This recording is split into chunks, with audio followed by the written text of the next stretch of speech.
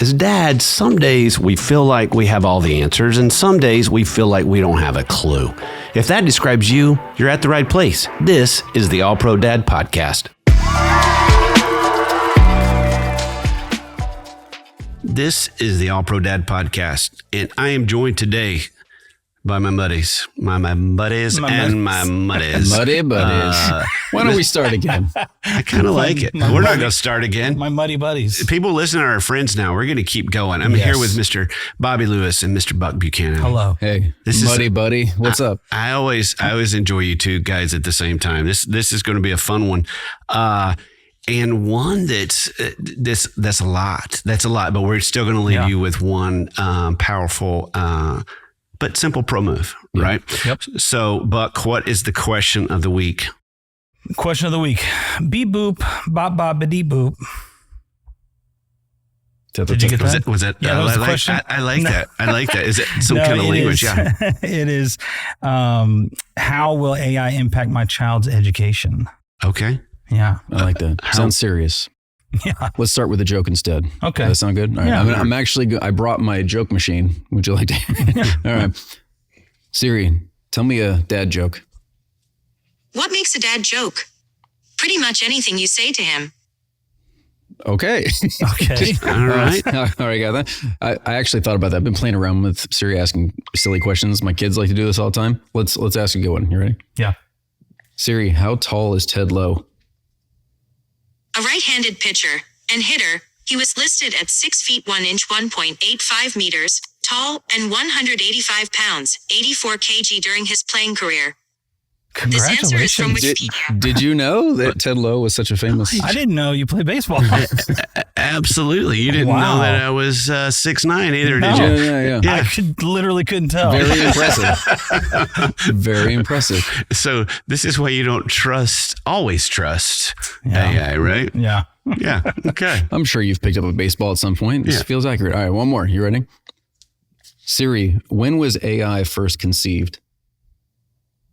In the 1940s and 50s, a handful of scientists from a variety of fields, mathematics, psychology, engineering, economics, and political science, began to discuss the possibility of creating an artificial brain.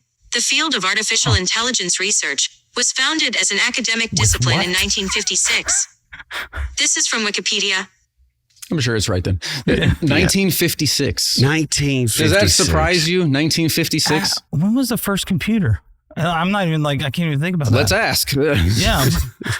Siri, when was the first computer invented? The answer I found is 1938. There you go. Really? Yeah, 1938. 1938. This stuff is old. Very old. Well, I was having this conversation with my mom because she was getting out her tinfoil hat whenever AI was, becoming more popular. I got one of those, yeah. Her tinfoil. That's a great visual. And I said, well, Mom, I mean, if you really think about it, since the 70s when the first computer was put into a car, that was technically what we're considering AI. I mean, it was reading the car engine and making the adjustments and everything in real time. And then we just went through a whole slew of stuff. I just had a conversation. It's technically AI. I had a conversation with my kids yesterday about how cars used to be really hard to drive. And now they're really easy to drive. And they're like, what are you talking about? I'm like, it used to be muscle, hand over hand. You got to turn this thing. And they're like, no, it's one finger. Like, no, it's way harder. Yeah, because of computers. So it's for cars. And now we're talking about education. How does it impact our kids' education? And I'm really excited about this episode because three things. One, I know very little about it, which makes me very curious. Number two, Bobby, you've done a lot of research with Mary Jo, who's on our staff, about this stuff. And Buck, you've been using this stuff through your work here at Family First for a long time. So I think between those two things, we're going to talk about a lot of stuff. But dads, we want you to hear this. We are going to get it down to one thing, but this is kind of getting all of us thinking because this is so important. So what are some common forms of AI that we use daily? Well, this was interesting to me because just like I didn't know until 5 seconds ago that the first computer was 1938, and I didn't know that AI was conceived in the mid-50s, I didn't really realize how often we were using AI. And that's going to relate as we go through the podcast about how it plugs into education. My eyes were open when I chatted with Mary Jo Wise, who is on staff here. She's written 15 different AI related articles that are available on All Pro Dad. And we're going to link those down below in the show notes. She blew my mind with some of this AI information that she's been researching over the past year or so. And here's just some of the stuff. We use it all the time. Voice assistants. That's part of the reason why we started this little Siri bit. Like, who doesn't use a voice assistant? You got Alexa at your house, right? Right.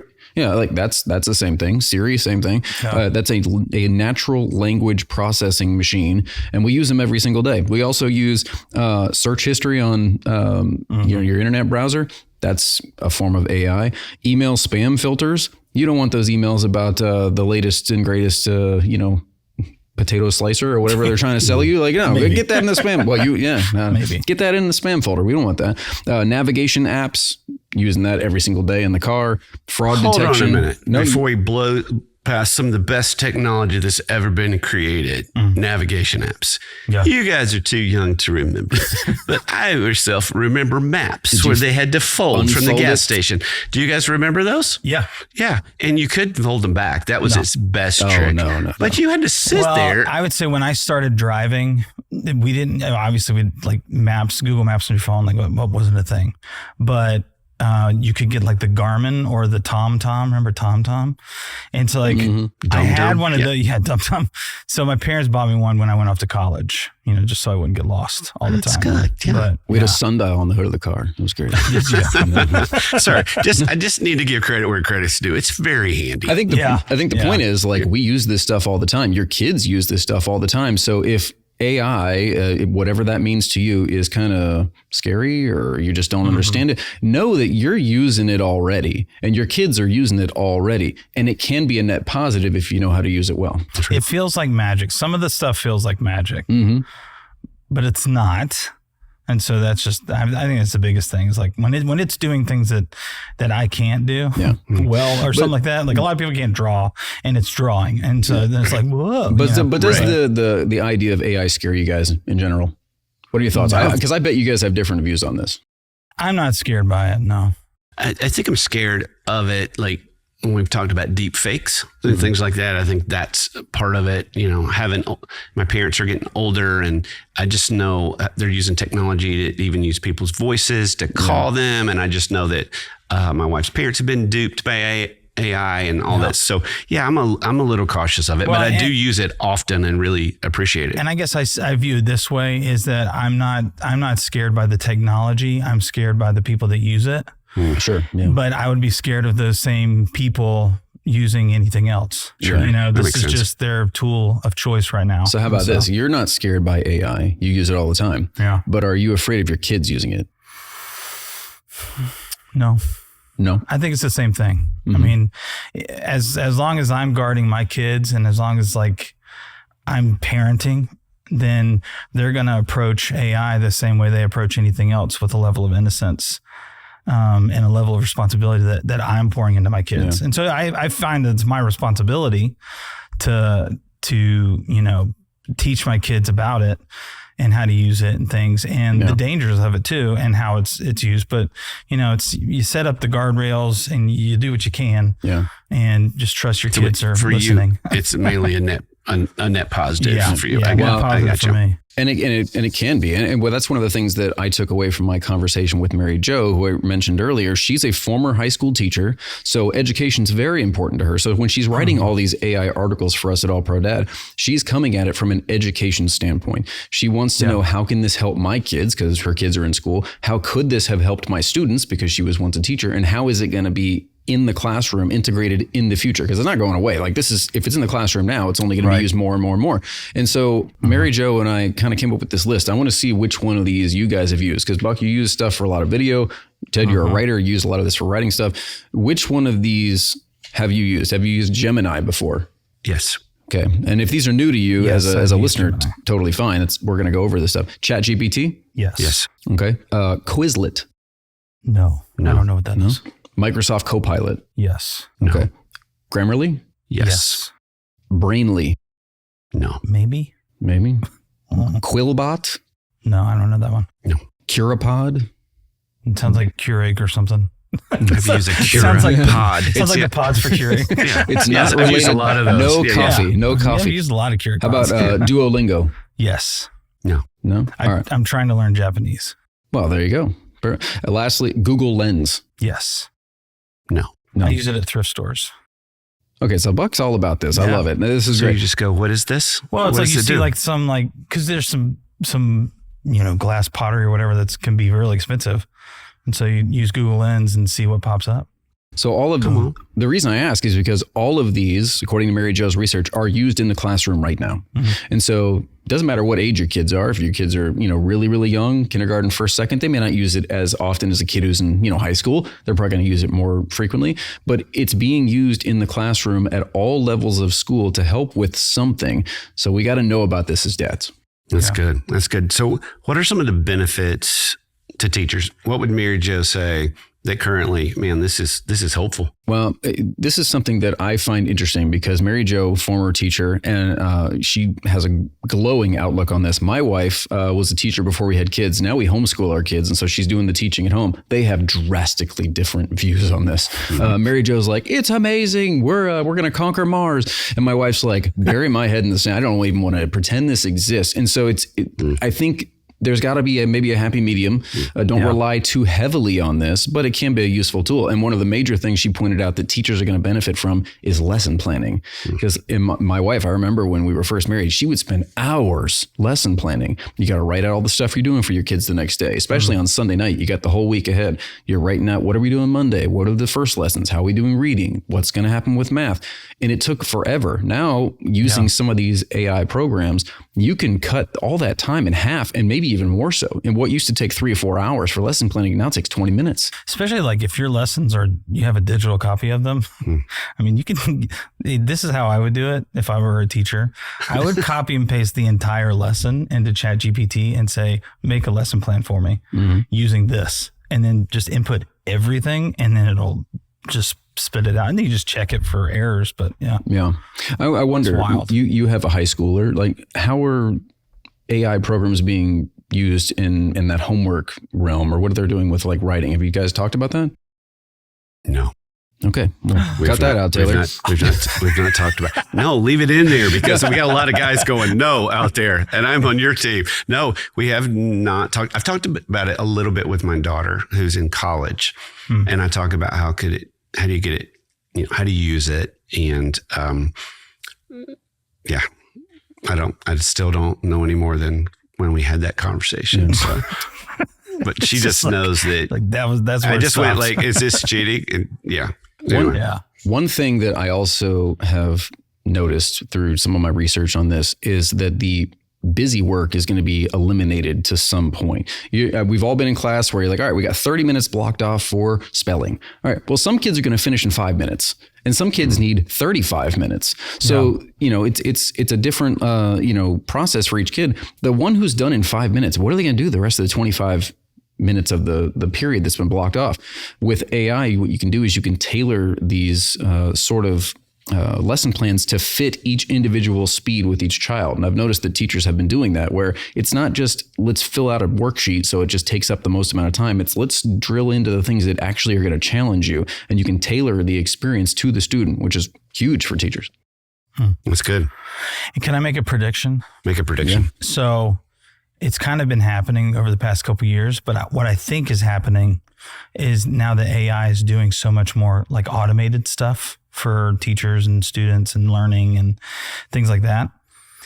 I do feel like things are coming back that AI can't do, which is I've seen more and more people teaching cursive handwriting again and doing some of those things that I feel like are more artistic in a way. So I think that could be something that it could be a shift that we see of like some of the older things coming back because they have the capacity and the time to teach it. What do you think the benefits of things like that, like doing something creative like that, or cursive writing again? I think that opens up a side of your brain that is not as analytical.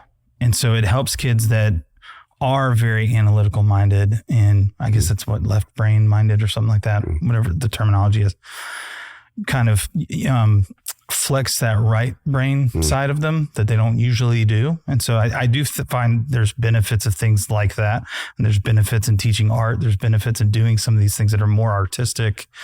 And that's kind of like a cursive writing is like the gateway drug to artisticness for people that aren't artistic, so like teaching cursive writing, I think is the tweet of this episode right there. The gateway drug. And to piggyback a little bit on that, what's going to happen with the introduction of AI for teachers when they start tailoring things to the students, they're actually going to get real-time feedback. They're going to find out if you actually understand the information, and the teachers can then direct you in the right path. Another benefit for teachers is if you spend less time lesson planning, you have more time to roam the classroom to actually help kids one-on-one when they have problems.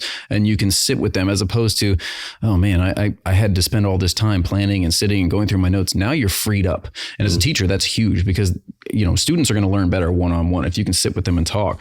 That's a big deal. Can you explain a little bit more what that what you said before, the immediate feedback? The immediate feedback. What does that mean when you say that? The immediate feedback. If you are a teacher and you have given the assignment, do 10 times 15, whatever it is.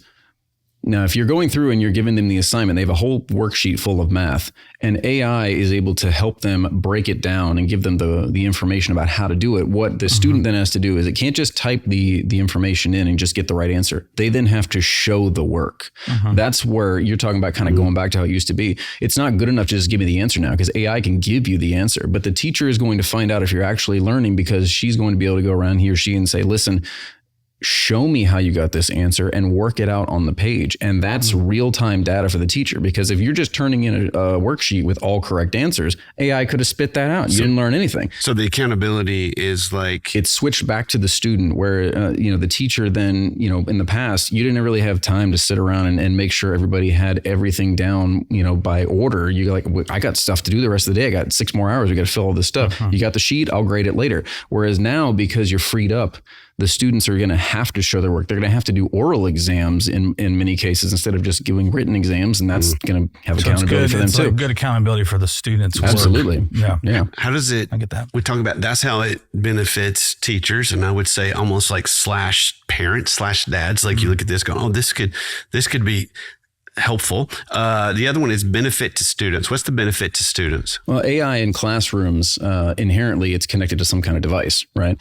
And so if you're going to be introducing AI into the classroom, a lot of kids will have iPads, or a lot of kids will use whatever, technology is available at their school. That levels the playing field. You may have kids in your classroom. They may be very well off. They've got 4 iPads at home. They're going to be able to do this AI stuff at their house. You may have other kids who don't have one at home. And so they're not going to be able to have the same educational benefit because when they go home, they don't have the AI helper. They don't have the tutor on the iPad. Whereas in the classroom, everyone has access to all of this at the same time. And the AI can, be manipulated to help that student specifically. And it levels the playing field in some way. That was what Mary Jo was most excited about for her, because in the classroom setting, she saw that some people had the technology, some people didn't. And so when you're now sitting at the table and everyone's got the same tool, and the tool learns you based on all the stuff that you are going throughout your day, punching information in, and it can adapt to the things that and it can analyze that stuff. You as a student are going to progress faster because you have this personal tutor right here with you. It's not something, like I said, my wife is not on board with a lot of the AI stuff, but I've tried to slowly introduce it to her a little bit in her homeschool stuff because I kind of see the benefit. And before talking to Mary Jo about this, I was kind of the guy who was like, no, I don't really think we need to mess with that. They're little. And now I've kind of had my eyes opened a little bit to the benefits that students are going to get from this stuff. Well, and here's where I think this is where I see the benefit for students. Using like ChatGPT or something like that to ask questions, it's doing what I feel like what we were able to, like what we used to be able to do, which was Google search and things like that. And now when you Google search, like so many ads, there's so many sponsored links and all this other stuff. And I feel like I'm not getting what I'm actually looking for. It's getting what some of these companies want to push to me. Sponsored. And so where I feel like with ChatGPT, it's scanning the entirety of the database and finding the information and bringing it to you. Right. So it's kind of getting through common the muck. knowledge versus specific knowledge of somebody with agenda. So my wife teaches online school, and this obviously is a big deal for them. And they use a lot of tools and stuff. So one of the things that they use is it helps them to kind of take an assignment that a kid has turned in. And if they wanted to, if they have like some suspicions or whatever, they could put it into a program that will scan it and say, this is plagiarized. Come on. Or not, you know? And so, and the cool thing about it is how AI kind of works with it being an algorithmic, search engine, basically. It doesn't, whatever it spits out, it's going to save that information. It doesn't just kind of go away. It gets stored because it's algorithmic learning. And so it's learning from what it's done in the past, as well as what's being put out there all the time. And so technically, if you put something into a program and said, hey, did a kid write this with AI? Just copy and paste it. It could be like, basically the AI could be like, yeah, I remember writing that kind of thing, you know? And so, so it can detect when it's, it can detect its own output. And it's going to keep people accountable. This was generated by AI. Yes. So AI is keeping kids AI accountable. Yeah. If teachers and people are using it to kind of fact check. And with my wife being a 5th grade online teacher, she told me the other day, she goes, there's no doubt when you read something written by a 5th grade actual student and something written by ChatGPT. That's true. Some telltales. She goes, she's like, no, they don't dupe me. But I also think, the added benefit to students, beyond all of that is just also the fact that, when they're working on an assignment that is not, they're not asking AI for the answer. When they're working on an assignment, maybe it's a history assignment, they can ask something pretty easy of like, hey, what was the, dates again of that such and such war or something like that, just to be able to have an easy access to information, I think is one of the biggest benefits. And I think because of that, what's happening is AI is really kind of streamlining things that took up a lot of time. Yeah. Agreed. Both for the student and for the teacher. True. And so even to the point earlier, I think that allows, that is affording the teachers, or we're moving into that era where it's affording the teachers the opportunity to have more time to be able to do things more constructive. Hands-on. And I think it's how the teachers use this freer time that is going to be A, the measure of the teacher, and B, the measure of the administration, to not just be like, oh, you got a lot of free time. Okay, well, we're going to dump all this on you now, but it's hopefully the education system is seeing more and more the benefit of having a teacher be freed from some of the things that AI can help with, so that they can be more attentive to the student and have more one-on-one interaction and just raise the bar for education in general. Yeah, that's good. So, well, as we wrap up this episode, we want to give you a couple of application points that are completely directed towards dads, and that is, basically don't run. Like this isn't go anywhere. We got to participate with your kids. I mean, my sons want to introduce me to ChatGPT. And I was like, what? If you run from this, you're running on a treadmill because you're not going anywhere. You know what I mean? Because it's good. Here. Understand the long-term benefit. Yeah. So I think those are all great. And so I think basically our bottom line for this episode is AI is getting more powerful by the day, but it doesn't have to be scary and can actually benefit our kids' education. Yeah. So our pro move of the week is ask your kid how AI is being used in their school and work on an assignment together. So I just think that conversation's great. Like, hey, talk to me about this. Anytime I think we open dialogue with our kid is a good thing. So I think that's a good one. And then maybe do an assignment with them or, hey, show me how you use this. And I like dads, I think you're going to have a lot of fun with it. I mean, absolutely. And you can ask some crazy stuff and just laugh with your kids on what it says. Cause some of the stuff is goofy, but it's very funny. It thinks I'm 6, what? What? How tall it is? It's You're like 6'3" or something. And that's a great play baseball. And we'll close with the example is sometimes it lies. And so that's part of it. Bottom line is know that it lies at times, just like our children. Okay. And probably us. Okay. But anyway, we want to thank you guys for listening. We hope you don't feel overwhelmed, but you feel encouraged. We'll see you next time. Thanks for listening to the All Pro Dad podcast. All Pro Dad is the fatherhood program of the nonprofit Family First. Along with our motherhood program, iMom, we exist to help you love your family well. Subscribe to our daily email, the All Pro Dad Play of the Day, by going to allprodad.com/subscribe and get daily powerful and practical fatherhood tips in your inbox. The All Pro Dad podcast is hosted by me, Ted Lowe, produced by Bobby Lewis.